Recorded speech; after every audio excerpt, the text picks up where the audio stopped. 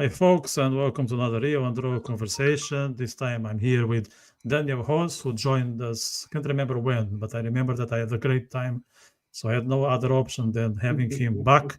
And the best way to welcome him in this podcast again is to have my co-host, Marco Alexander from Jerusalem. For those who don't recall Daniel, he is an Israeli. He lived in both Portugal and Czech, and he brings a unique perspective on what it means to be Israeli abroad. So the main focus tonight is very serious ones, is how Israelis are becoming targets of hate around the road. So we look at politics, identity, and everyday expat life intersect in Europe, and we will hear Daniel's experiences firsthand. So if that's something you're interested in, make sure to be around for the next 90 minutes or so. If you know someone who is into this sort of conversation, please share. If you haven't subscribed to the channel, I will forgive you if you subscribe now. And if you want to express your satisfaction, make sure to press the like button below. Before you hear from Daniel, I know everyone is very looking forward to hear from him. Just want to ask Marco, how are things in Jerusalem? Things are picking up. You wouldn't really notice there's a war. I mean, if you came from abroad, things seem quite normal, but in the background, people are aware that we still have a job to do in Gaza. We still have a bit of serious mopping up to do, but please God, that'll be done in God's good time. Excellent. Okay, so Daniel, if you don't mind, just share a bit of your background. I know you were born in the States. If you want to talk about your Aliyah journey as a starting point, I think that's the best way to kick off this conversation. Sure, and thank you again for having me again. I'm really grateful. My Aliyah journey was a little bit of a different one. My parents are both born and raised in Israel, so I didn't have to go through the specifics of like the average person making Aliyah. So it was more or less, can I have your passports to prove you are Israeli? Because they need to prove that you are my parents. Can I have these documents to prove who you are? And then just going through the hoops of everything. My first trip to Israel was actually when I was 20 years old in 2011. And then 3 years later, I'm like, I'm coming back. And I came back, and the rest is history.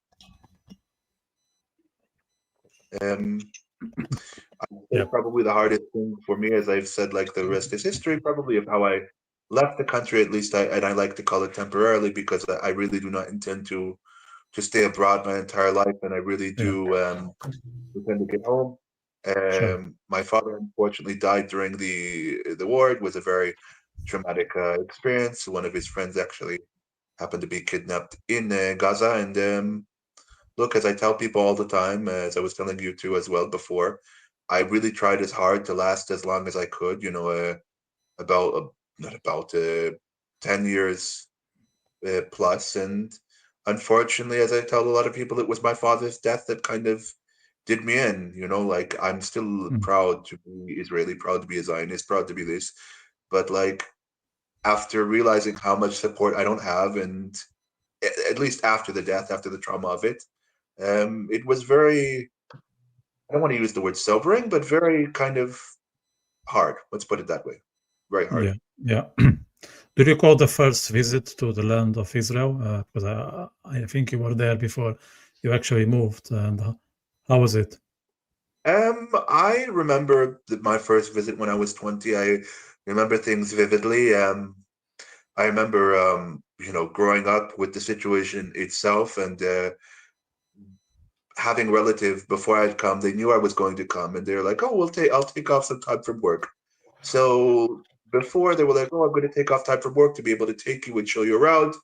And so it was will he, won't he? He was working for an organization at the time, so it was a matter of he had to be at the airport, or could take me around. And so it was Willie won't he. At the end, he had to drop me off and tell me to take a bus, which at the time, of course, I having grown up, I knew the situation with buses before then, and so I had to really just adapt very quickly. And that summer was a magical one for me, of learning and adapting and enjoying life. maybe enjoying life a bit too much, per se. But really getting to know my father's friends, getting to know, life, getting to know other things I didn't experience, and it did impact me. It really did, to the point again where 3 years later I decided, okay, I'm coming back, and I'm going to make something out of it. Yeah, let me just greet Patricia, because she's a good friend of mine, and she said she would join. So thanks for being on the other side of the screen. Patricia, make sure to add your comments, and we have a lot to say on this topic as a Jewish woman in the States. So yeah, that's what we're going to explore here. Israelis living abroad. And where about in Israel were you based? So I've lived in a few places. I was living at the last place before I left Israel was a place called Givat Brenner. It's near Rehovot. But I lived in Rehovot. I'd lived in Tel Aviv. I'd lived in other areas of the Gush Dan in Jerusalem as well. So I really got to experience. Lived up north near Haifa as well. I got to experience many different places in Israel. Um, and really get to know the country very well. I always say that if you drop me off somewhere in most of Israel and I don't have a cell phone or anything, I will find my way home and without that.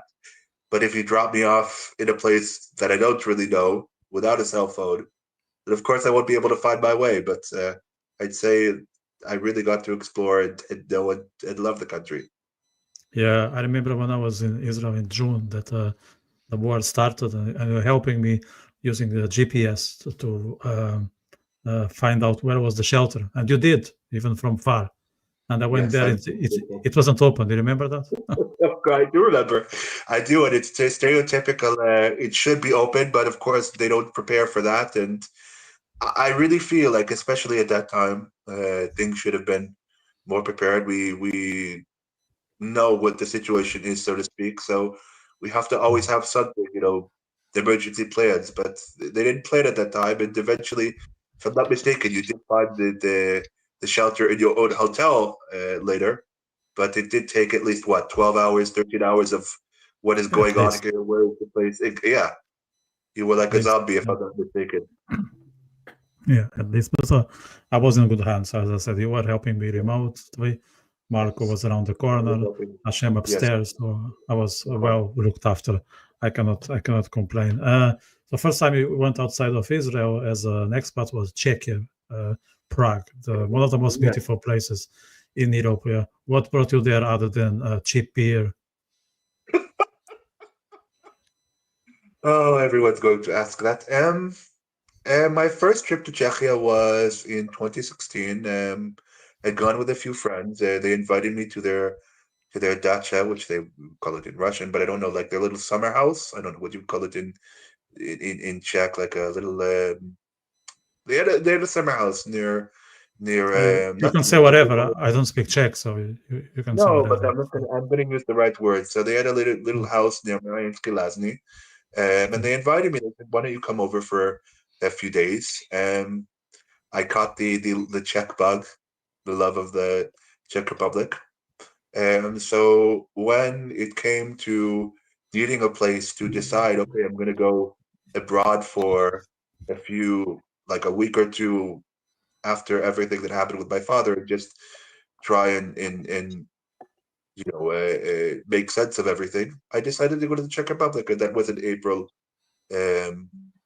of last year. That was the second trip.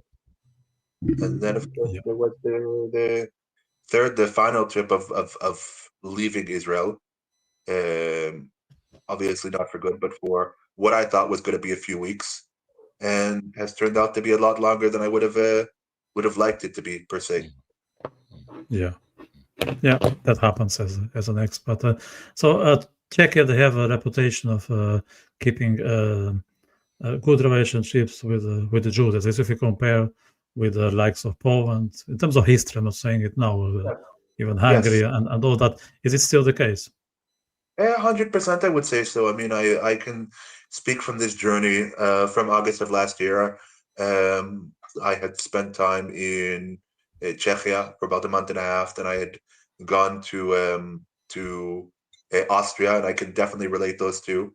and then from Austria to get to Portugal, I took a long bus journey.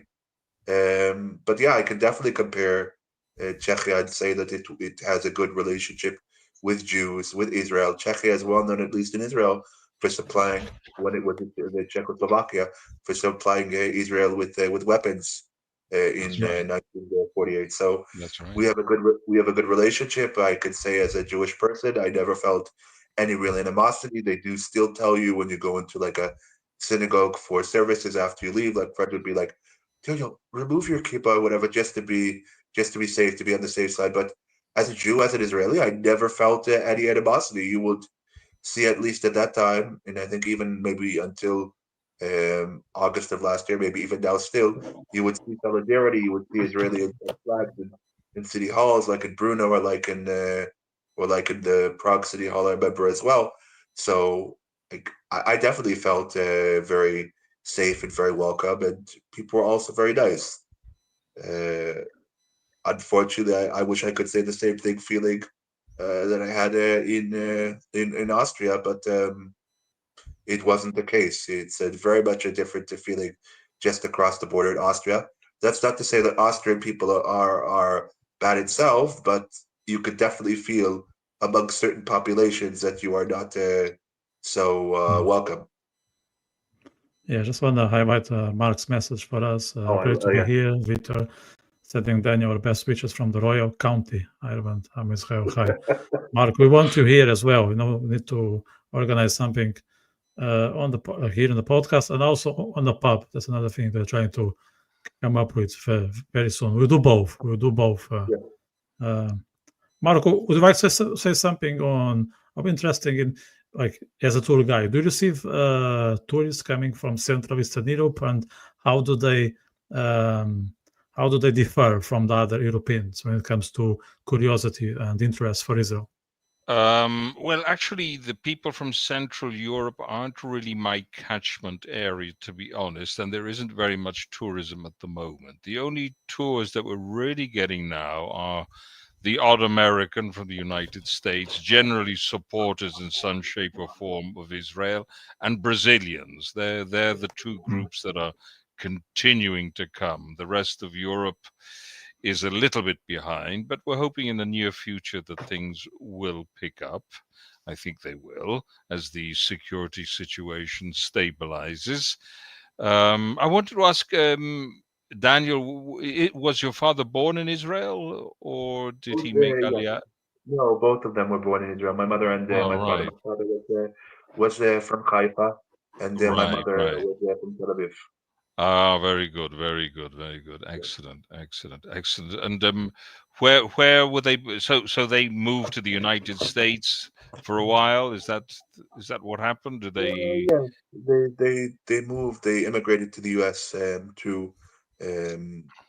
First, my father had immigrated to New York and was in New York for a few years. Then he went out to the Midwest, to Chicago, I think also Milwaukee. Then he ended up in Arizona. My mother also ended up in Arizona with the place that she had immigrated with her parents to.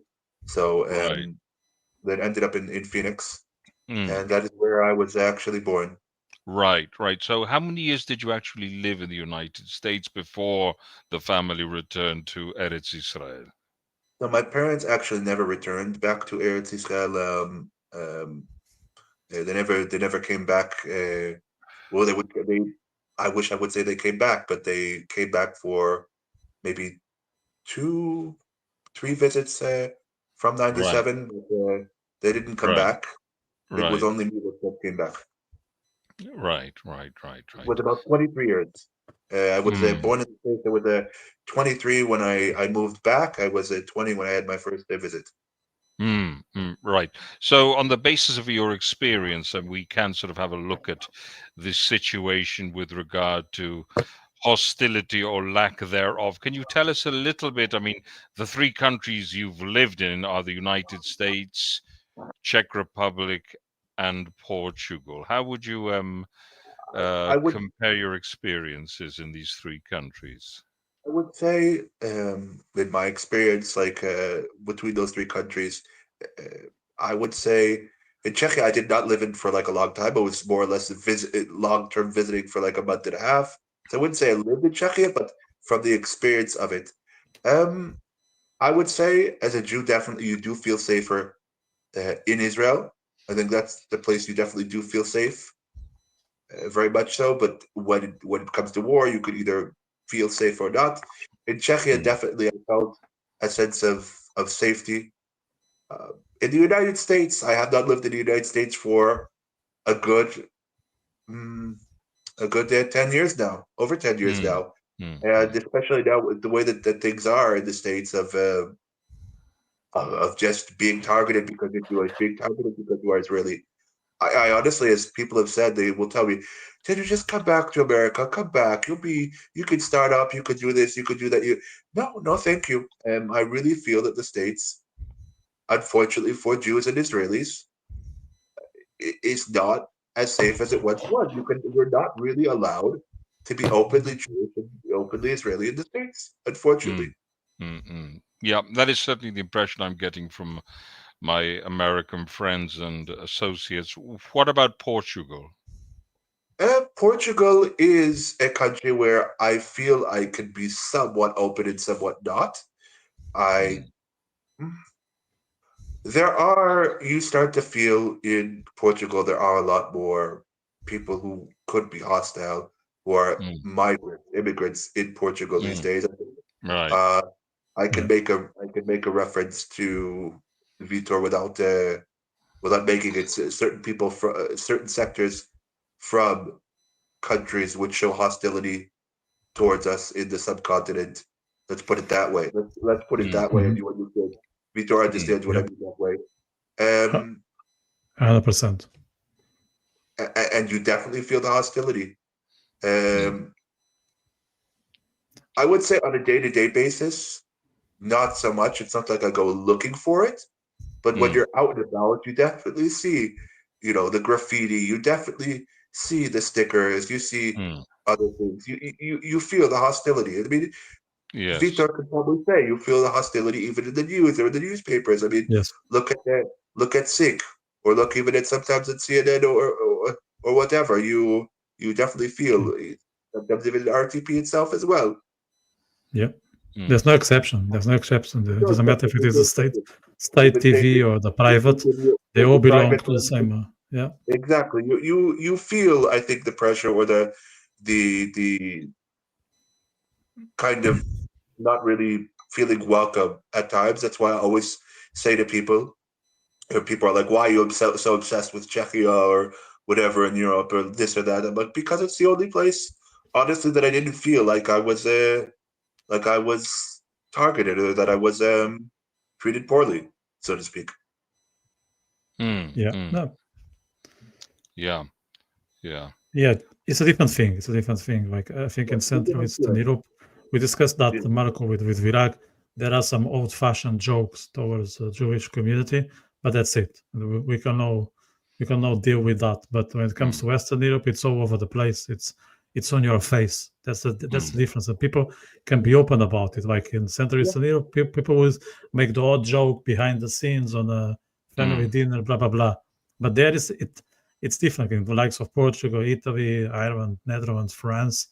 It's even a trend. No, it makes you popular to make a stand for Palestine. You get social credits. Exactly. You get social credit. Yeah. It's disgusting per se. It really is a disgusting kind of feeling that you think that people are just going to do it for likes or whatever. Are actual people on both sides of the situation, and people just think of it maybe sometimes as a game, and it's like, it's not a game, it's none of this. There are people that actually lived it, that actually have lived it, that have experiences, and you're just treating it like it's some sort of joke. Yes. Unfortunately, a lot of people do somehow treat it like that. Yeah. And yes, I think, yes.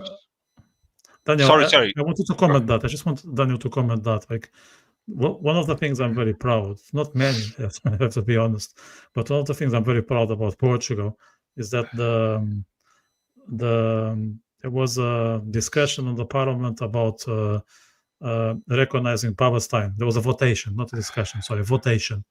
And there was a large majority of MPs who voted against. I think it was like 70% or more, Yeah. which is great. Yeah. But I think it's not reflected on people. I think there's a disconnect between the government and the institutions, the public institutions, and the population. Do you have the same perception since you are there, Daniel?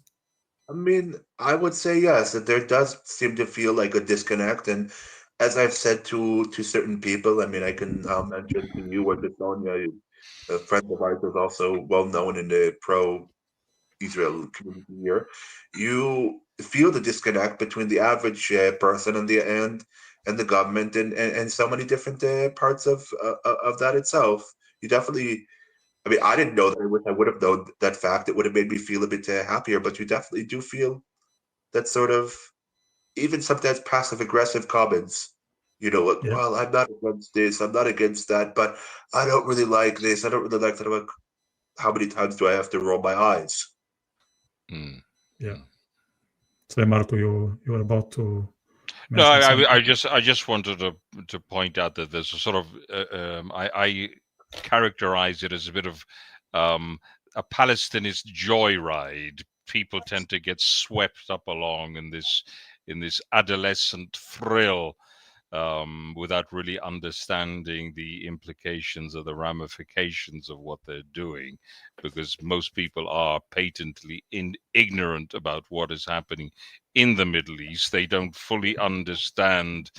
They're taking a drug, essentially speaking, getting a kick, but they're going to go into cold turkey because it's going to have some pretty bad, deleterious effects on their societies in general, which we're already seeing. Yes, Yeah, I 100%. really feel that. I mean, there's this. You see what happened in France a few weeks ago with having to decide that they were going to deport this girl that wanted to start studying in Lille, that she was anti-Semitic, and she had posted some things, I think, praising Hitler or whatever. It's like, you didn't catch that before she actually came to France, and now you're catching it after the fact. It was like egg on their face. I think there's even now this there's this meme going around the internet amongst pro communities, which are saying the Danish government allowed XYZ Palestinians in 1992 amongst the generation that immigrated there, or amongst that generation. This and that was in jail. This and that had this problem, and amongst the second generation, XYZ, XYZ, XYZ, XYZ. So it's like, they don't understand that. Again, I'm not vilifying everyone. I think there should be some innocent and good people on that side. But amongst the majority of them who have just been brainwashed culturally from the madrasas, from this, from that, to just hate. There's no saving grace.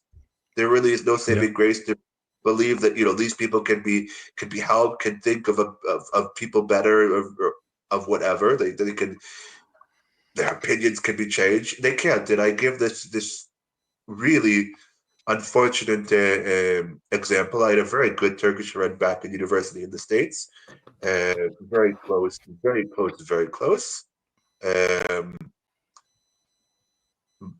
So close, I gave him like a parting gift, and we had a lot of memories, a lot of photos, whatever. Very kept in touch.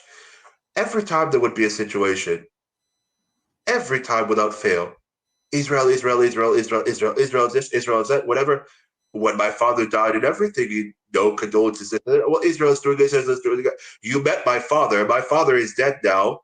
I hope you like what your people did. And again, I call it very much hypocritical because I'm not afraid to call it as it is. A lot of these people, they could be bought for their silence of certain situations against their communities in other countries. Let's talk about, for example, the Uyghurs. So many people like China could buy out Pakistan, it could buy out Bangladesh, it could buy out so many other countries where their silence is just bought out with projects, with monetary aid, and nothing is said about the Uyghurs. No Jews, no, as they say. Yeah. There's a comment here from Patricia that I would like you guys to comment. I want my input at the end. It's not directly related to what you are saying, but I think we shouldn't skip it. She's asking, what relevance and role could podcasts like this have against this racist and intolerant landscape established on social media? Maybe Marco, since you've been around the block now in podcasts, well, what can we do? Well, the fact that we are doing something is better than not having done something. That's a truism. I think more people need to get involved. Unfortunately, many people are just bystanders at the moment. I felt the need to take a stand. That's why I'm doing a podcast. That's why we're doing podcasts. You cannot leave the public spaces and the digital spaces to these people. That is Yeah. a huge problem. As Edmund Burke, the great Anglo-Irish philosopher, said, all that it is necessary for evil to succeed is for good people to do nothing. So I think one has to take a stand, of course. That's with regard to principle. Obviously, one has to be conversant with all these social media platforms. I can't say that I'm an expert on that. Vitor is a little more learned when it comes to that. So obviously one needs to require more know-how to reach more people and to be able to counter the fake news and the slander which is there in the social media in abundance. Daniel, would you like to add something to this question? I think I agree wholeheartedly. People have to be exposed, and unfortunately, for better or worse, in many countries, in many places, people are not going to be exposed to a differing viewpoint or alternative. And podcasts like yours and people like you and like Marco that are able to show people a different way, a different variety of guests, of people to speak to, of people's views to understand. And unless people are challenged, unfortunately, their views don't change sometimes unless you actually go and challenge them. So bravo to Indeed. both of you. Indeed. See, the problem with Palestinianism and generally the woke progressive jihadist axis is that it numbs people's mind. Palestinianism is a venom that has numbed people's mind, and they're simply incapable of asking different questions. So that's what I think we need to be doing. We need to be getting people to ask questions which they otherwise may not ask, see if there are any resonances with what is happening in their countries, because as we see in many Western countries now, there are some very serious problems which are underreported in the mainstream media. Which are not so different to what is happening here in the land of Israel. And when people say, "Oh, the problem is Gaza," I ask them in turn, I think you should look around you and wake up to what is happening in your country with very similar people. Yeah, I happen to agree. Let me just add something here on this question, because before we kick off, I watched a segment from the interview that Douglas Murray gave to Brendan O'Neill in Brendan O'Neill show. I highly recommend that interview to you guys. And they were talking about the woke right, okay? Because now there is a lot of anti-Semitism rising in the States coming from the right wing, and they're trying to figure it out why. And the whole point was, we all know that the main podcast these days is Joe Rogan, and Joe Rogan is being invited by some very much anti-Semitic people who are actually so-called right wing. And I used to have a lot of faith on podcasts. Like, you could see how much these platforms influenced the outcome of the US election. You can also notice how much podcasts have impacted politicians in Europe, with Macron suing Candace Owens for the allegation of Macron being married to a man and not a woman. So we are being taken seriously. That's good. But on the other hand, I think there is not much fact checking. So I think there is an issue on these platforms, because because everything is allowed, and sometimes there's a boundary I think will be welcome. And we all know that Jews are targeted from both sides of the political spectrum, and somehow the likes of Candace Owens, even some Joe Rogan, Tucker Carlson are attacking Israel in every shape and form. So I would like to get your thoughts actually on the rise of anti-Semitism on the States from the right wing, Daniel.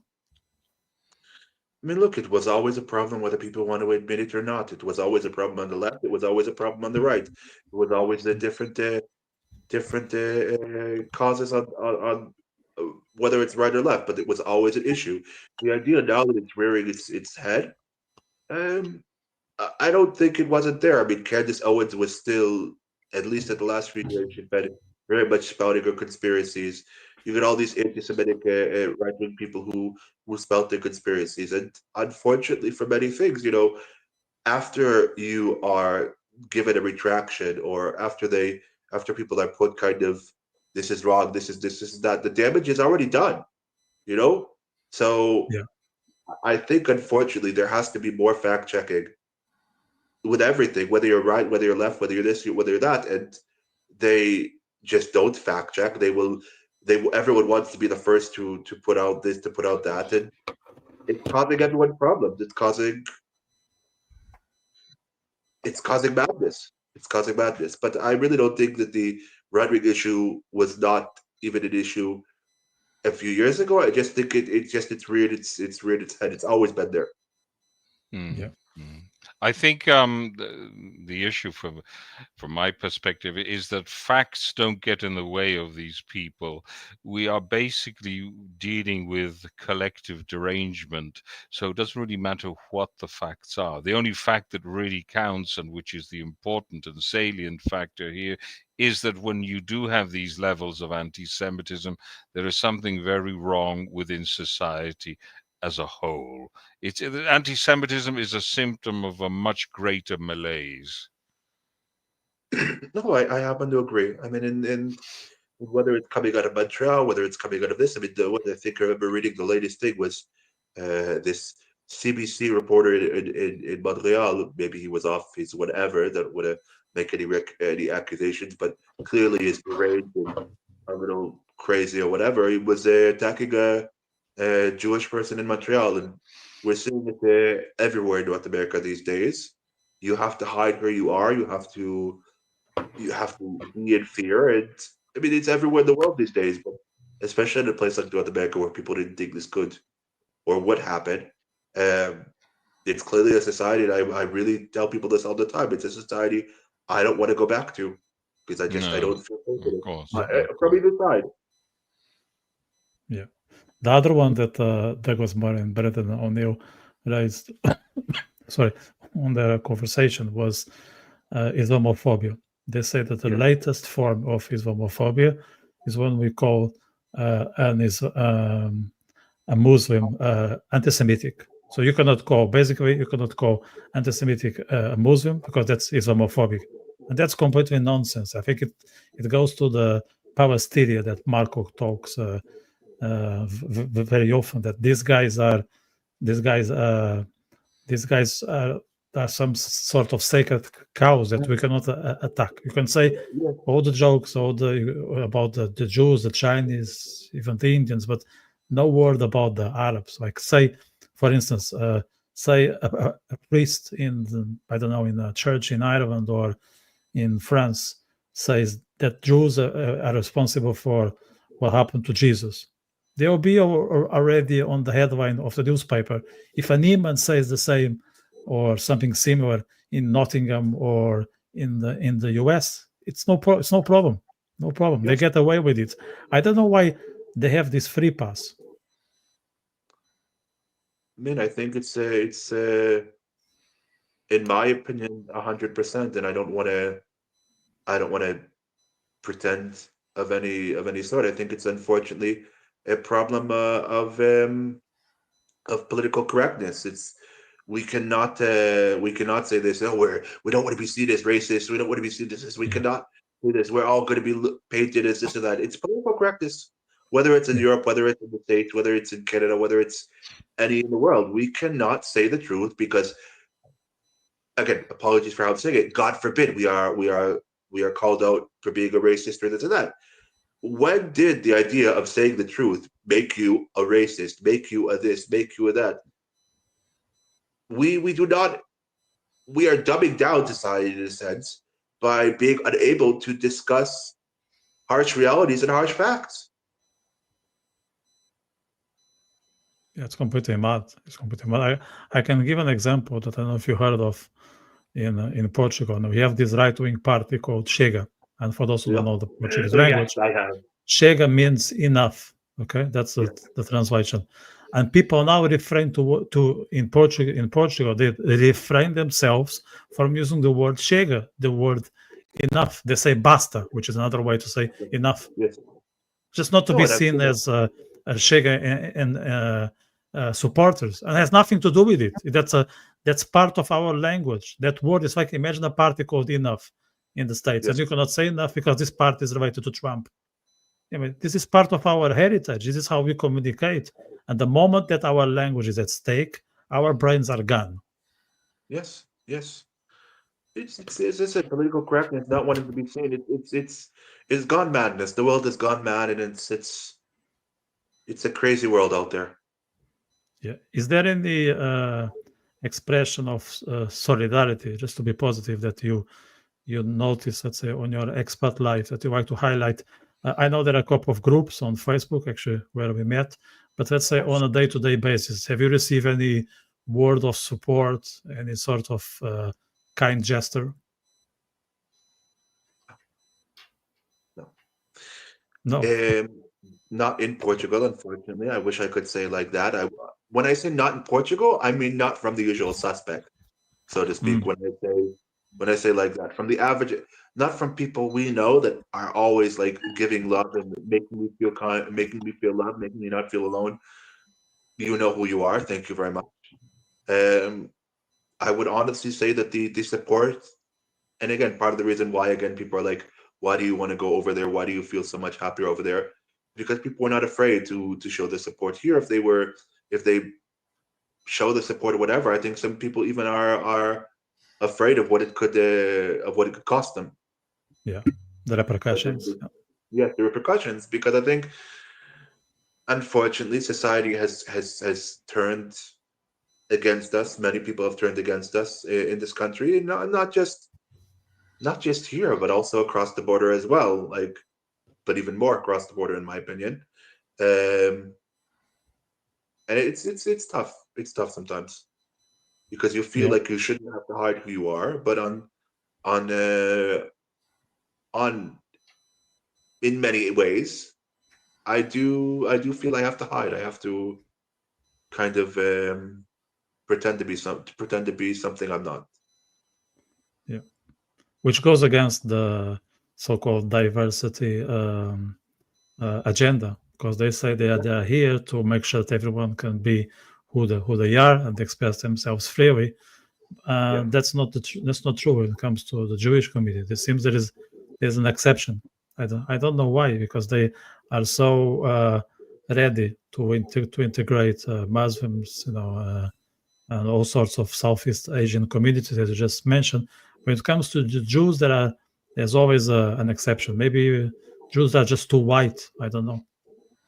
That's unfortunately what a lot of them do believe in the States. They believe, oh, you're white, you're this, you're that, you're white passing. But I mean, what people in the U.S., at least especially in the U.S., I can speak from that kind of thing. What they fail to remember, what they love to forget, is that when it came to the civil rights movement, Jews were at the forefront of making sure African Americans had the civil rights. Jews were at the forefront of this. Jews were at the forefront of so many things. And yet, when it comes to the Jews, it's like that saying. First they came for the Jew, but I was not a Jew. Then they came for the communist, and I was not a communist. Then they came for you've heard the saying, I'm sure. Yeah. And then afterwards, they came for me, but there was nobody to stand up for me, so to speak. Yeah, that's unfortunately something that we cannot deny. I just wanna throw a comment here, and I'd like you guys to put your thoughts around my words. So it seems to me that we are told that we should differentiate the government from the citizens. That's what we are. That's we are reminded when it comes to the likes, even the likes of Russia, which is they are not the most appreciated people these days, but people are still reminded that one thing is Kremlin, another thing is the population. That we shouldn't put them in the same basket. But when it comes to Israel, there's no separation. Everyone is seen as an IDF soldier. Everyone is seen as a Netanyahu voter. Everyone is seen as a settler, even though they even put their feet in the so-called settlements. That are not settlements, but anyway, that's another topic. So how can we fight that? How can we fight that idea that we are all seen as as just crazy people for land and baby killers and all that? I hate saying it, but I feel like no matter what we do in terms of soft power, soft this, soft that, it's always thought of as a government initiative. People unfortunately do not look at us, do not separate us as much as we wish they would, and it feels a lot of the time that actually, and I'm going to call the government out on this because I don't have a problem saying it, but the idea of our PR, of our hasbara, of making Israel's point well known has been during this entire situation has been an epic failure. I don't think they've done enough to be able to advocate in the world, and they've left it to social media influencers, which again begs the question to many people around the world, which they do ask, and I don't think is fair. But they're asking it's, well, how much were you paid to do this or paid to do that or whatever? Like, you don't get that people, oh, maybe they're doing this out of the goodness of their heart, or they believe this or they believe that. Everything is always a conspiracy of, well, you must be a this, you must be a that, you must be a whatever. I wish I could give you an answer fully on that itself, but I don't think people are willing to separate the two. In majority of Europe, at least, it feels like you hear them maybe try and say something, but you have to think deeply. You think in your mind, do they really think that, or are they just trying to be polite? Yeah, we had several podcasts on Hasbara. We didn't get into a conclusion. It's an ongoing issue. It's not getting much better. Maybe it's not as bad as it was, but there's a long way to be in shape. So, yeah. Anything, Marco, from your end? Yes, I'm not as pessimistic as some people. I think the rumblings of discontent in Europe, I think people are beginning to join the dots with regard to the menace, that it's not simply and it's not merely Israel which is under threat, but it is a whole Western Judeo-Christian civilization that is under threat. And I think that people are beginning to join the dots because they see and they perceive the same threats. Now we see certain groups that are taking over public spaces, that are deliberately organizing mass prayers in front of churches, that are basically desecrating national institutions, and people are beginning to ask certain questions. And I think we should be helping people along in this sense. We should be getting people to ask the right questions, and at a certain point the pennies will drop. And I believe it's already dropping. Obviously the mainstream media won't convey what's going on at a sort of a grassroots level, but anybody who's involved with social media, who's on Telegram, who has a wide circle of friends, has access to information which one otherwise wouldn't have had if one were to merely depend on the mainstream media. So there are rumblings of discontent, and I would say we're going beyond the rumblings of discontent. Yeah, no, I would agree with you, Marco. I think that discontent is growing. It's not only growing; it's having impact. They start to fear us because we are not as small as they thought, and we have weapons. We have people who rely on us, and this cannot be here forever. So I think there are reasons to believe that the future I don't say the future is bright, but it's not as dark as we could think based on the current state of things. There's some light at the end of the tunnel, and I think we are working on it. And they start to feel the pressure. So we just need to be resilient, keep going, and another thing is economy. And I think you mentioned that the other time, that the fact that people see that their lifestyle is being damaged while others just arrive to the country and get all the benefits. They will start to feel discontent, and they cannot be quiet. They cannot be quiet about that. If they see that their sons and daughters are not progressive in their lives, while other people just arrive and they get it all, people won't be quiet. And I think the economy, it's always a bad place to play with, I would say.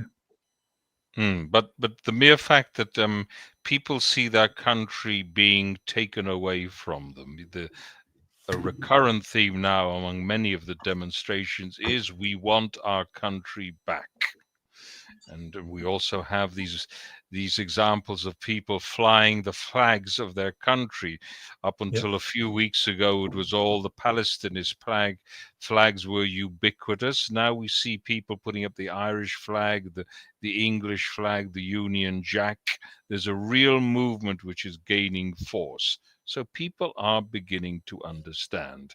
They understand that they may wake up one day to a country which no longer exists, their country, and they see the threat. Things that they took for granted can no longer be taken for granted. You have to act. You have to act to preserve that which your forefathers fought for, because we inherited the rights and indeed the duties which we have now, but that can all disappear if one doesn't make a stand. Just a compliment here coming from Mark to you, Marco. Couldn't agree more with Marco's comments. Absolutely spot on. Very refreshing to hear such clear cut analysis. Thanks, Mark. If others want to put comments, chat box is open. Let's try to make it as interactive as possible. If people haven't subscribed, it would be great if you could. And if you want to share with someone who is not watching, I'll be very thankful if you can do so. I'll just share another comment from Patricia, and I will read it. In their churches, simply demonizing Eretz Israel, its government, IDF, the Israelis themselves, Jews all over the road. At least in the US, such radio broadcasts are permitted, given the country's level of democracy. Shouldn't be appropriate to create equivalent communication channels through which it will be possible to demystify and clarify the absolutely anti-Semitic view they attempt to instill and disseminate widely. I think that's what we are doing here. We are using our tools, using our tools. We are not on the radio, because the radio, unfortunately, is not as popular as it was, although in Ireland people still listen to radio. But overall,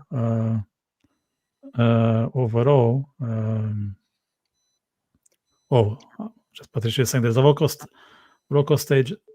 radio station in the city where I live, close to Chicago, which always gives a space of 2 hours on Sundays right after the time when people are returning from religious service. So that's an actual case in the States. Yeah, that's an actual case. Are you somehow surprised, or not really, Daniel, as an American person? I'm not really surprised at what she says. There is a lot of public radio in the States, whether it's a national public radio, which who knows what we're going to see with that in the future, or whether it's a public radio that is like fully public and not associated with any organizations. You see that a lot in the States, where they're giving kind of free time or free airtime to the public's opinions. So I'm not really surprised at what she says. Okay, let's shift to Europe. If there is an Israeli man or woman thinking to move to Europe, let's say they have a job offer and they always dreamed of spending some time in the old continent, would you encourage them to pack, or would you let them know that it's not the right moment? No, now I'm vilifying. I know. Sorry, I know Europe is huge, so maybe the question is not as straightforward. So, and if it's Czechia, you will say yes. I know because you are crazy for Czechia, but overall, I think it really depends on the country. I think a person has to do their research. It has to go. There are a multitude of groups on Facebook of Yisraelim be Medina, be Ireland, Yisraelim be London, Yisraelim be. Sorry, I should speak in English. Israelis in London, Israelis in Prague, Israelis in Czechia, Israelis in France, Israelis in this. There's so many groups where they can go and ask for someone's opinion, and people will tell them the truth of what it is. I think it depends on the country. As I've said, I think if somebody said to me, "Would you consider Czechia?" I'd say yes, even if it's a lower wage. I would take it. If it's come certain European countries where unfortunately this just goes unabated, this hatred, this that, and you can say, "Oh, this condemnation," but unfortunately, and I will call it out as this. Macron can make a condemnation against the tree or whatever or monument to Ilan Halimi. I think it was Ilan Halimi or something that was cut down. Was it a few days ago? Yes. And he can say whatever he wants, but it is his problem of vilifying Israel, and other leaders' problem of vilifying Israel, of allowing this vilification to go through, which tells people, which gives people, which makes people believe, okay, the politicians are saying it. Well, okay, it's acceptable. This kind of behavior is acceptable. It rationalizes it in society, and unfortunately, giving a voice to it, rationalizing it, these are not places where I would want to be. So again, it depends on the country. As a continent as a whole, stick closer to maybe to Eastern and Central Europe. As other countries, maybe I would say Germany a little bit, even though again there is a problem with Germany too. But other countries, though, I would stay very far away from. That's sad. I think. That's sad because Very sad. I think we shouldn't bend. I don't want to really go against your answer, but I think if we refrain ourselves from doing what we wish, then they are winning. I understand that survival is survival. We need to be conscious, safety above everything. But life is one. And I'm not suggesting people to be suicidal or to put themselves in danger. But if we stay at home because they are going after us, then they'll laugh at our expenses. So I don't like much the idea that they are winning. I'm just a fighter. I don't know. No, I like that opinion. We should always fight. We should always this. We should always have. But again, the problem is not sometimes the people. It's what the government or what certain people in high regard of society kind of vent and let out. You see somebody like Piers Morgan. Let's put a kind of thing that you will understand, Marco, and I'm sure you understand, Vitor. You see someone like Piers Morgan, who in the beginning was very much like for us, but again, you give him the money from Qatar and whatever. I think that's what is being kind of portrayed, that he's become a stooge of Qatar, and you can see how far he runs and goes against us. So I think if society as a whole allows something or legitimizes something, then of course I don't think we should run away and be afraid and not go to these places. But as I tell a lot of people, I would prefer my money and my everything, my time and my effort would go to places and to people who treat me with respect. Sure. Yeah. I want to ask Marco. You also spent some time in Italy. How is it to visit as a Jewish person based in Israel? Are you open about it, or you need to think twice before? No, I can speak my mind. I have no problem at all. No, the situation in Italy is rather bad. One can see the usual when I use the word anti-Semite, it's an inadequate expression. I think we should be using new terms such as Judeopath or simply a Palestinist. They've all crawled out of the woodwork. Now, I'm not saying that a majority of Italians are anti-Semitic, but certainly the prevailing wind is certainly tinged with anti-Semitism. As we know, Palestinianism is the most virulent form of anti-Semitism. It numbs the mind, it poisons the mind, and this is certainly reflected in the media. Now, to say that a majority of Italian people are anti-Semitic, I wouldn't go that far. But certainly many politicians, many mayors of many cities have jumped on the Palestinist bandwagon. That's certainly true. The media is almost all anti-Semitic Palestinist at the moment. So there's a bit of a frenzy. So yeah, that's the general situation. But this is, it's not something new. I grew up in Italy. The second part of my life prior to returning to Eretz Israel was spent in Italy. There was certainly no lack of anti-Semitism. I never made a big deal of it because I don't like the idea of victimhood. But certainly, though, certain comments would fly around, which I've sort of reevaluated with the passing of time. And there was probably more anti-Semitism than I was probably ready to admit. But I don't make a big deal out of it because I think the main thing is to be in the land of Israel. That's the best answer to anti-Semitism, to establish our presence here, to make the country stronger. And indeed, the country is growing stronger, notwithstanding all the vicissitudes. The country is going stronger. The population is going up. We have Aliyah. So every cloud has a silver lining. And I think we should be doing our utmost to strengthen the Jewish presence in the land of Israel. Still on the topic of anti-Semitism, Marco, do you see a before and after when it comes to October 7? Yes, I do. As I said, I am optimistic. I believe people will join the dots. They will understand at a certain point that they are facing the same threat, and they will see Israel as an example of how to deal with this threat. They will be, and I believe some are indeed inspired by Israel. Israel is an inspirational story. It is a country which has survived against all the odds and which is thriving against all the odds. Just bear in mind all the different fronts we have to deal with. Every front from north to south to east to west is open.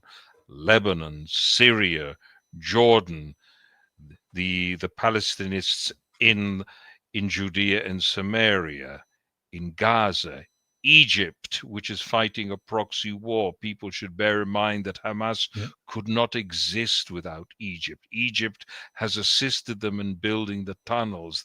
There are high-level Egyptian officials involved in this endeavor.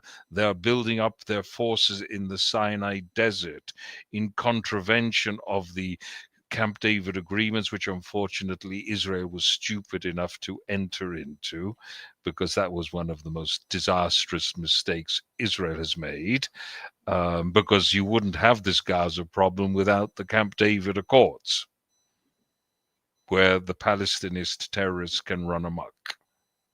But anyway, I'm optimistic. It'll take time to straighten out, but I'm certainly optimistic. Daniel, what are your views when it comes to before and after October 7 in Portugal and in the internet sphere?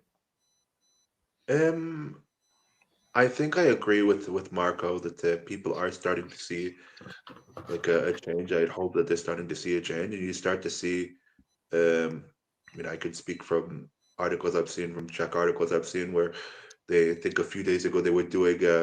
And I posted it on my page where I said I'm just here for the comments, where people are starting to see through certain things, whereas before maybe they were not going to be so open about it.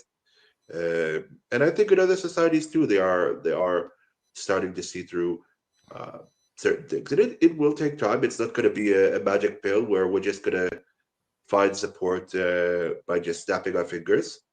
But the longer that this goes on, the more that people see kind of the chaos in their countries that certain people and communities are doing, the more that they're going to realize that, we're all in this together, unfortunately. It's not just, as I don't know who put it this way, but Israel is first, the West is next. I mean, we are, Yeah. for better or worse, the we are the gate of the West and of Europe. And if we fall, then Europe will fall. So I think people start seeing and understanding this. So the West and the States, they tend to mask their anti-Semitism as the as a form of anti-Zionist, which Yes. we all know that is not that different, because even if, let's say, if there's a change in the Israeli government, or even if Israel withdraws from Gaza, which did in 2005, to never be enough. There will always be people who will be discontent with Israel no matter what. So how do you go about taking their mask off? I think personally, I always go and I tell them, so, and this just calls them out on their hypocrisy 100%. So, where were you complaining about Sudan? Where do you complain about what's happening in Syria? What about what's happening in Iran? What about what's happening in Yemen? What about what's happening to the Uyghurs? What's happening, in Bhutan to the Rohingyas? If you are not speaking about other things and you just think Israel, then you are clearly already anti-Semite. There is not one rule for Israel and another rule for the rest of the world. If you are thinking that that is the way that it should be, then yes, you are an anti-Semite. You are not. You are allowed to disagree with certain things that Israel does. You're allowed to disagree. This is called freedom of speech, freedom of this. But if it is one rule for Israel and another rule for the rest of the world, yes, no problem. I've clearly put people in their place. And as I said, I really don't like using my tragedy of what I've experienced in my life from the 7th of October. But it's another way of just putting them in their place and making the masks come off. And boy, do they come off, because they go quiet. They have nothing to say. So you're easily able to see and know that this is not just about Israel. I am an anti-Semite and I am trying to mask who I really am. And that's what they are. They're trying to mask what they are and what they believe in. There's a comment here I want to pick, Marco, here from Mohammed Ramsey. We're being provoked here. You left Gaza, but then you make it into a concentration camp. And maybe I'm not that versed on history, but I think the concentration camp concept requires the oppressor to be physically present. That's my understanding. Yes. But you see, these people unfortunately have cognitive issues at this point. You see, Israel stupidly left Gaza in 2005. And the people in Gaza, they came out and they supported Hamas, and they inflicted this upon themselves, just as the Germans in 1933 enabled Hitler to come to power. So indeed, that happened in Gaza. Palestinianism is a disaster for everyone. This is what people really need to understand. Many Arabs understand this now. There are many decent Arab Muslims who understand that Palestinianism has poisoned them and plagued their existence. Many understand now that Zionism is a liberation movement for Arab Muslims themselves. There is no other country in the Middle East in which Muslims, Christians, Arabs, people of all denominations thrive, such as Israel. They can pursue their interests, they can improve economically, they can practice their religion freely. No other country in the Middle East guarantees such rights. Yes. Rights that are based on a state grounded in law, which is Israel. So many Arabs here now are beginning to realize how lucky they are not to live in a Palestinist reality. And Zionism shouldn't really be viewed by them as a movement of liberation. Yeah. Nobody's running to live under the PA. Nobody wants to live under the PA, which is a corrupt society. many people, many Arabs would like Israel, and please God, Israel will extend its rule to Judea and Samaria, which will give decent Arabs a chance to prosper and live a decent lifestyle. Yeah. Sorry, Daniel, let me just add something here that people can take a note when it comes to history. When the Berlin Wall collapsed, everyone ran to the western part, not the other way around, and the same is happening in the Middle East. So people can take a note of that and start to learn a bit of history and politics and all that. Daniel. No, I agree with you 100%.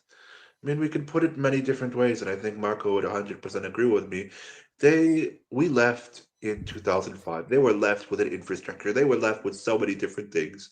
They were left with greenhouses. They were left with homes. And what did they do? They took bulldozers and they destroyed it. And what did they do with pipes? They turned the pipes into rockets. So that is one thing that people just don't want to recognize. And then you have to ask yourself, was it a concentration camp or was it not? Because a concentration camp does not have even 1 billion of the things that you see on TikTok or on YouTube or on Facebook of what they say, life in Gaza before October 7th.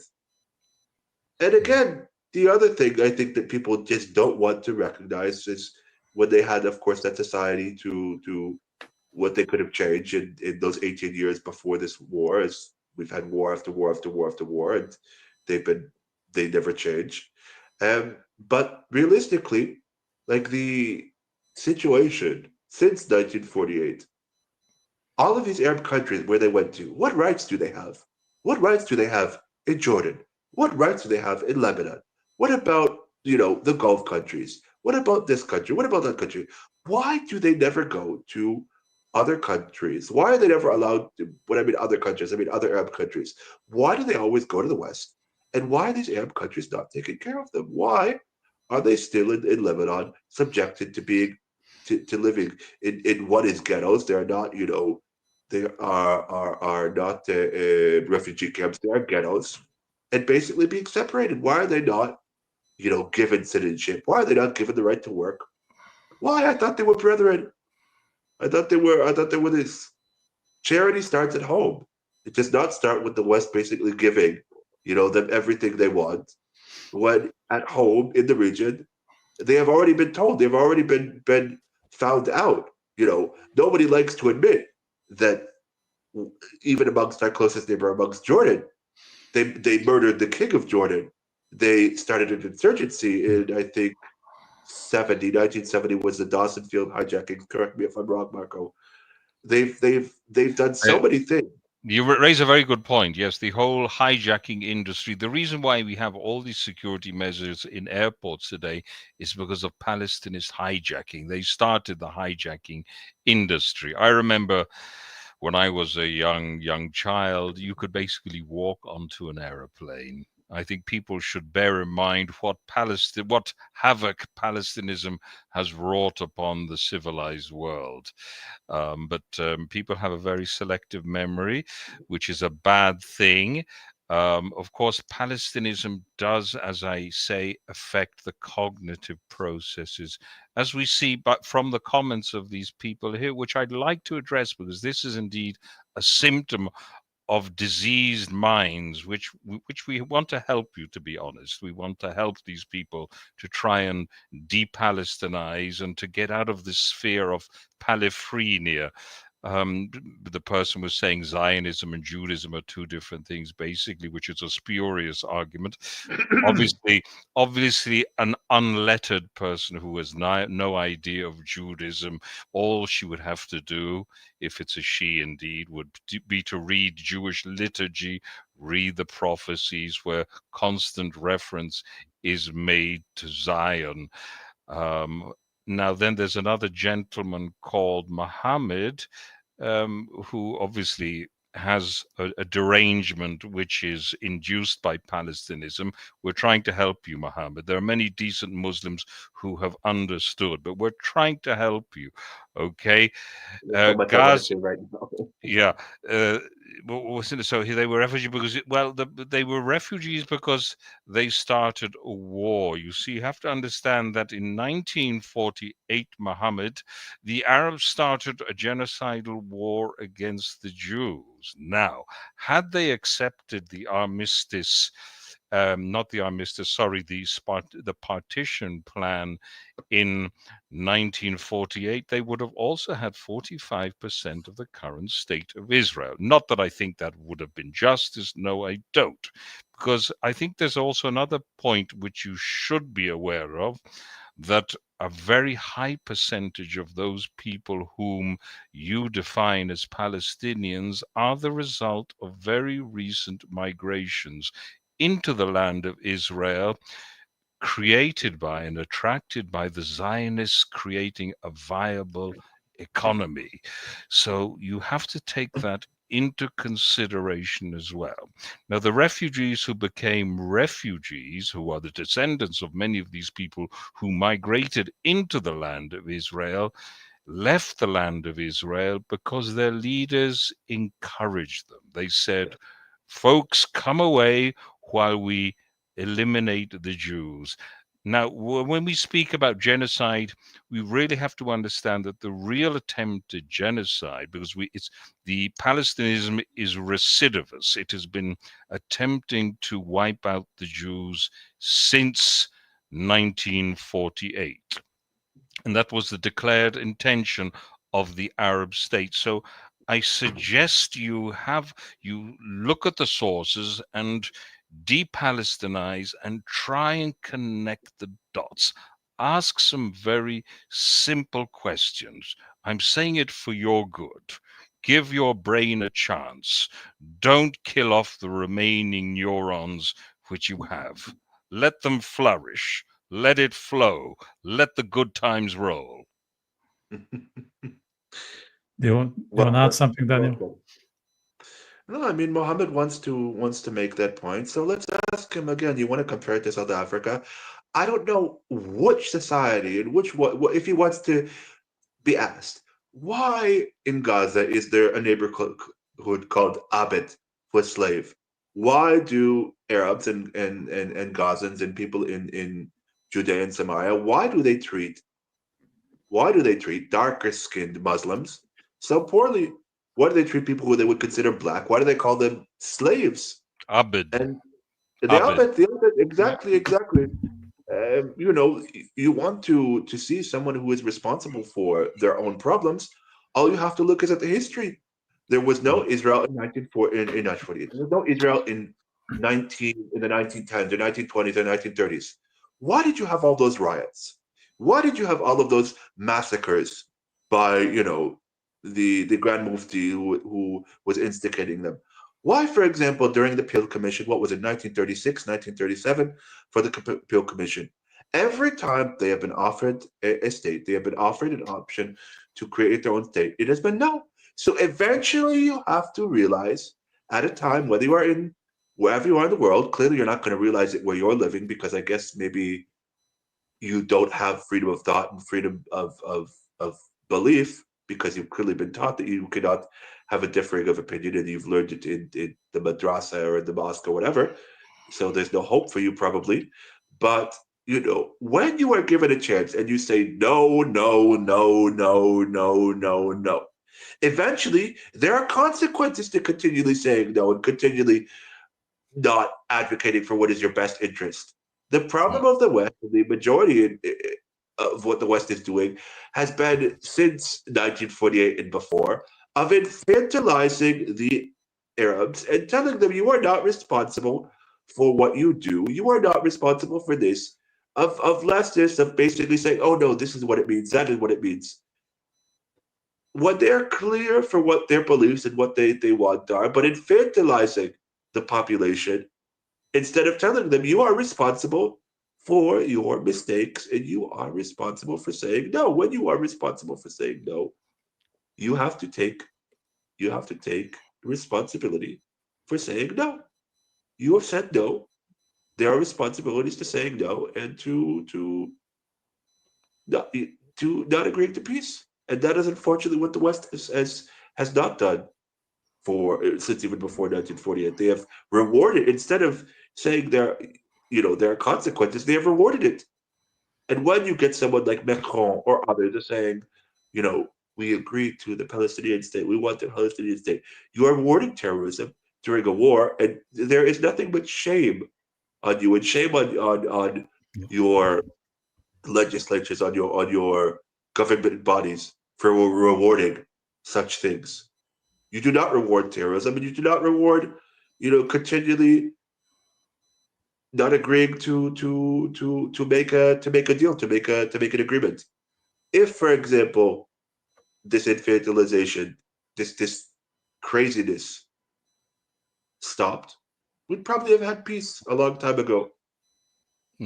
But you see, the problem is the neurons of these people have been damaged to such an extent that they're not willing to ask certain questions. They speak basically through their hat. Okay, they don't understand that Zionism basically attracted the huge bulk of Arabs which now live in the land of Israel. They fail to understand that in 1948 there was a partition plan, which was unjust to the Jews, by the way, whereby they would have had 45% of pre-1967 Israel. And they started a war. Now, the Nakba for them, in reality, is their failure to destroy the Jewish state, which has gone on to flourish. But unfortunately, they can't get their heads around these facts here. I'm just looking at some of the comments here. 750,000 left the land of Israel because their leaders asked them to, Exactly. so they could come in for the kill. By the way, in 1948, there was no Palestinian people. What was being spoken about in the partition plan was another Arab state, which they refused, basically. Now, we hear Michael Mahoney, who says you are a liar. He's certainly a very lettered person.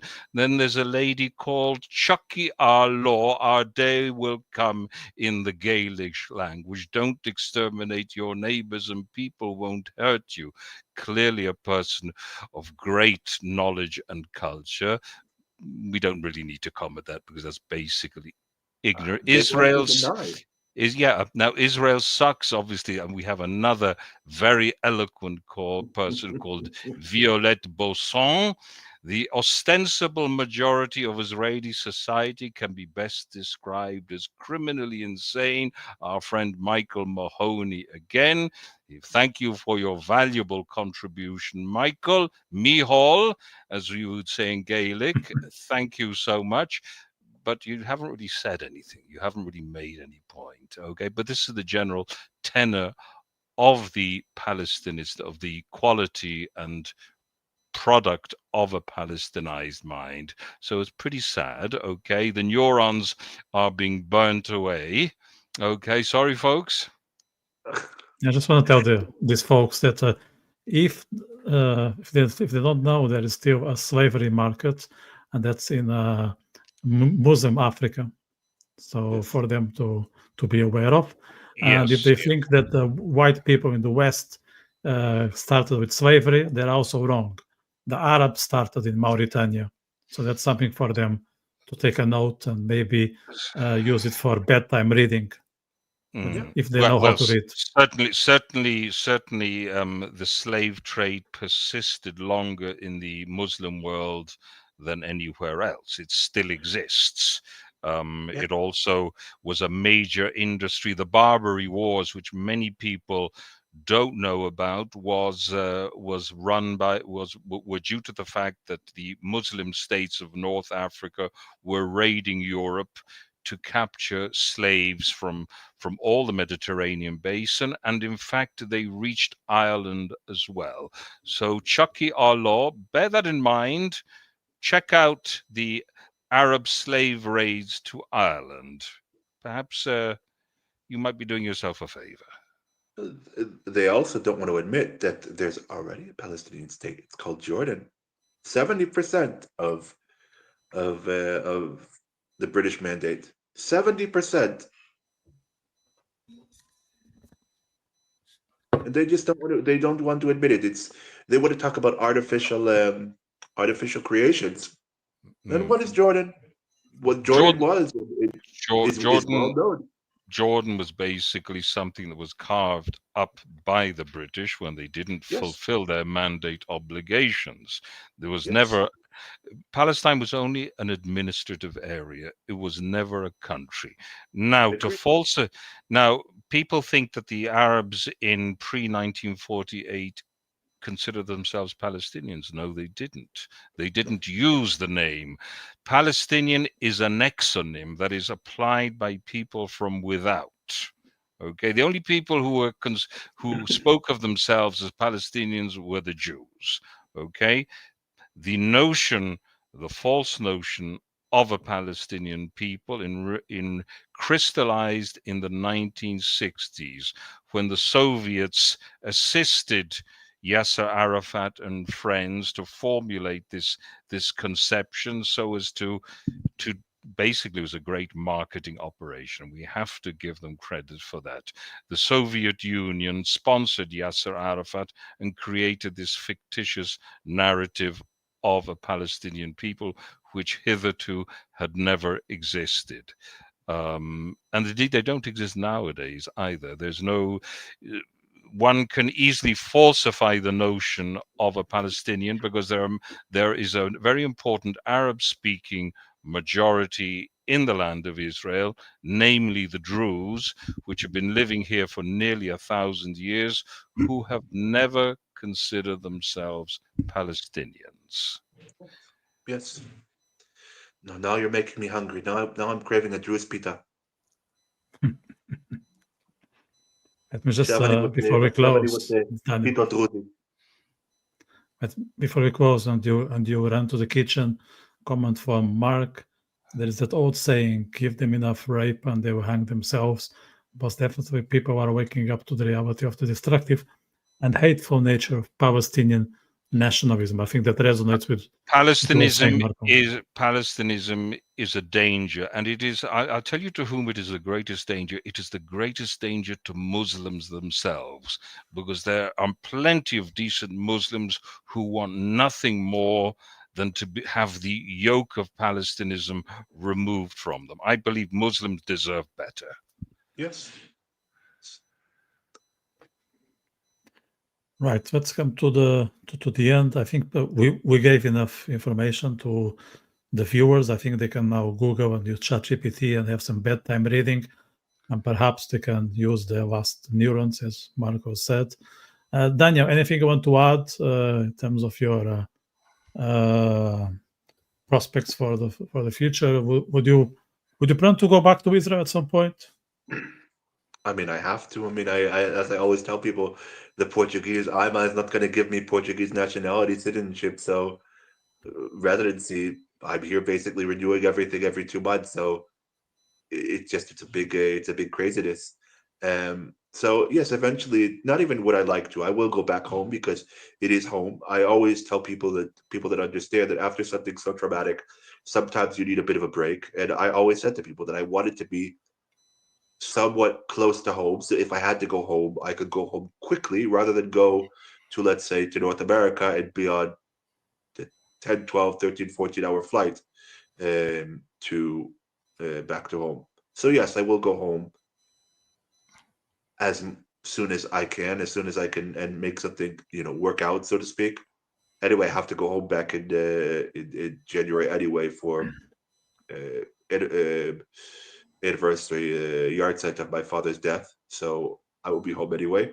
But yes, and I do have some hope for the future. I think things will get better. Unfortunately, it takes time, and I think Marco can agree with me on this. I don't think any of us really thought that it was going to be this long, that we would be here still in 2025, in the middle of almost end of the summer of 2025, is still feeling, like it's October 7th, 2023? Well, just that it's certainly not October the 7th, because we can feel the country growing stronger all the time. The country It's true. is the country and the people here in the land of Israel are extremely resilient, and the trials and tribulations have made us stronger. Just think of the wonderful accomplishments, having defeated our enemies on all these fronts. Just think of it. A small country of just about 10 million defeats its enemies. Lebanon, Syria, in Judea and Samaria, we're doing a good job. In Gaza, we certainly pushed back the threat from Iran, a small country of 10 million people. A small country. This is a miracle in itself. And we should all be inspired. And I think many decent people around the world will be inspired. Christians and Muslims are all looking to Israel in admiration. 100%. I think, Daniel, I don't know if you missed this comment or not, but turn out your home is Europe. It's not the States where you were born. It's not Israel where your parents were born. It's Europe. There is some news coming from Violet Bossan. I want to give something, but I'm afraid I'm going to get in trouble. You could just guess what I would give them. I will say it to you. I think you understand. I think they deserve the bird. If you know what the bird means. In America, we say that they're flipping the bird. So that's what they deserve. Oh, Marco, you're smiling, so I think you know what I mean. Vitor, it just means I would give a middle finger to that. If my place was Europe, I would have already had everything from IMA. I would not have been given just a bureaucratic nightmare. I would not have that. And my home is my home. My home is Israel. I can trace my lineage to at least the mid 1700s on both sides of the family, to Gaza, to Hebron, to so many different places. Go and tell me my home is Europe one more time. Go and tell me my home is Europe. Because when you test the DNA of Jews, there is a connection to the land. There is a reality why someone is called a Jew, and why in over there the Arabs are not from. They are not these people that call themselves Palestinians. They're Arabs, and Arabs are from Arabia. The reason that the religion spread and the language spread was not naturally. It was conquest. And if you're going to refuse and deny it, then you're just denying history. You're denying an archaeological fact. And those that deny history, as we say, are doomed to repeat it. Indeed. But there are many decent Muslims who acknowledge the connection to the land of Israel. And we're going to be dealing with this subject because we have very important Islamic testimonies to the connection of the Jewish people with the land of Israel, something which people try to hide. But in our coming episodes, we're going to be presenting some very interesting evidence. So hold on to brace yourselves, because it might further shatter your worldview. But, it shatters it, but you can build yourself anew. True. All I'm going to say, Surah al-Isra and Bani Israel, all they have to go look up. Yes, I know. Indeed. So that's a good way to close this podcast. So for the viewers that take a note, subscribe to the podcast. There will be evidences is coming in the next episodes. I want to thank everyone who joined, who participated, who disagreed. We have an open conversation here. Hope there was some food for thought and some lessons to be learned. But that's what we are here for, to clarify things that are not on mainstream media and are being neglected on purpose. So Daniel, I'm happy to have you back, and the door is always open. I hope I see you in Portugal or in Israel. I don't care, but we'll make it happen. Yes, and I hope it's the three of us, because Marco is a very great guy. He's such an interesting character. I enjoy the banter. I enjoy being able to speak. אני זכיתי, יקירי, רק תחזור לארץ ישראל, למולדת. Okay. I would just disagree with you, Daniel. Not the three of us. I want to invite Mark Bennett. So the four of us. How about that? Yes, let's do it. Let's do it. The four of us, please. The four of us. Yeah. Right. So I want to thank the viewers for staying with us. And if they haven't subscribed to the channel, it'd be great if they can. If they enjoy what we did here, best way to express satisfaction is to press the like button below. And if they know someone who is not aware of things we went through today, make sure to share. I think there was plenty of information that, as I said, is not openly disclosed on the mainstream media, and many people can benefit of. So, Indeed. yeah. Indeed. And we need to welcome back the people who made these comments, who gave us the opportunity to say things which they wouldn't have heard otherwise, and to join us again. The best is yet to come, as the Frank Sinatra song says. Exactly. The best is yet to come. Yet to come. And let me thank on a personal level Patricia, because I spoke to her in the afternoon. She was looking forward to be here with us. She is on the stage. She has very, very interesting insights. Maybe, Marco, we can have her on to understand anti-Semitism in the States. Certainly. It's something to discuss. So have a good evening, lads, and we'll talk soon. Take care. Bye-bye. Thank you. Bye. Cheers.